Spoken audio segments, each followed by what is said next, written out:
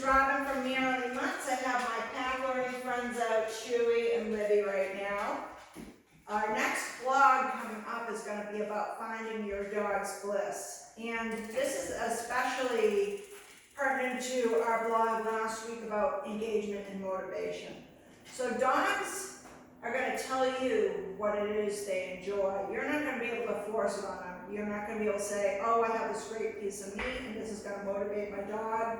Your dog is going to decide whether that motivates them or not. And surprisingly or not, Chewy, this one right here, is not that motivated by food. He is motivated by affection of the ones that he trusts and love.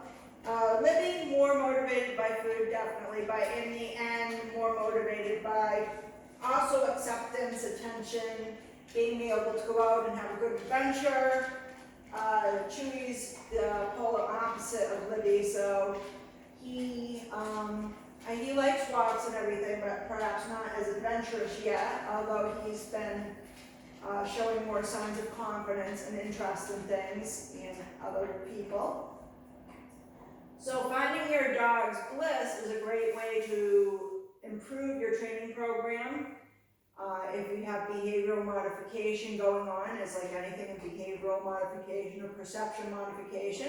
It's not a miracle fix, but it's something that will bring and improve your dog's attitude and overall look of life slowly as you go along, as long as you go along with it consistently and remember what the rules and the goals are of the training. It's also fun for the owner to find your dog's bliss. So I have Dobermans. We don't do protection sports, but we do a lot of play, motivated play, like frisbee, flirt, pull, tug, which is more closely related to the protection sports. Not so that my dog wants to bite down, it's just a fun game that she's genetically disposed to enjoy. But your dog's going to tell you what that is. Sometimes you do have to work for that engagement. So starting tug, you're not, playing like it's a full-grown dog. You're, just wiggling it on the floor, seeing if your puppy takes an interest in it. Food is probably the most go-to type of motivation, but honestly, not all dogs are motivated in that way to do work for you for food.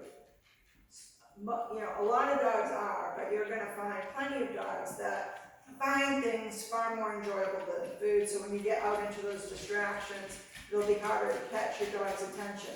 When you find their bliss, you can extend the training more and more by working on that. Your dog's having a good time, hopefully you are having a good time, and that just makes training all that more enjoyable. That being said, of course, I also believe there's a place for the more boring, traditional type training too. That well rounds out your dog, but I also enjoy finding what my dog loves and using that in training. So this is Robin from Merrily Months. Look for our blog tomorrow on finding your dog's bliss, and have fun with your dog.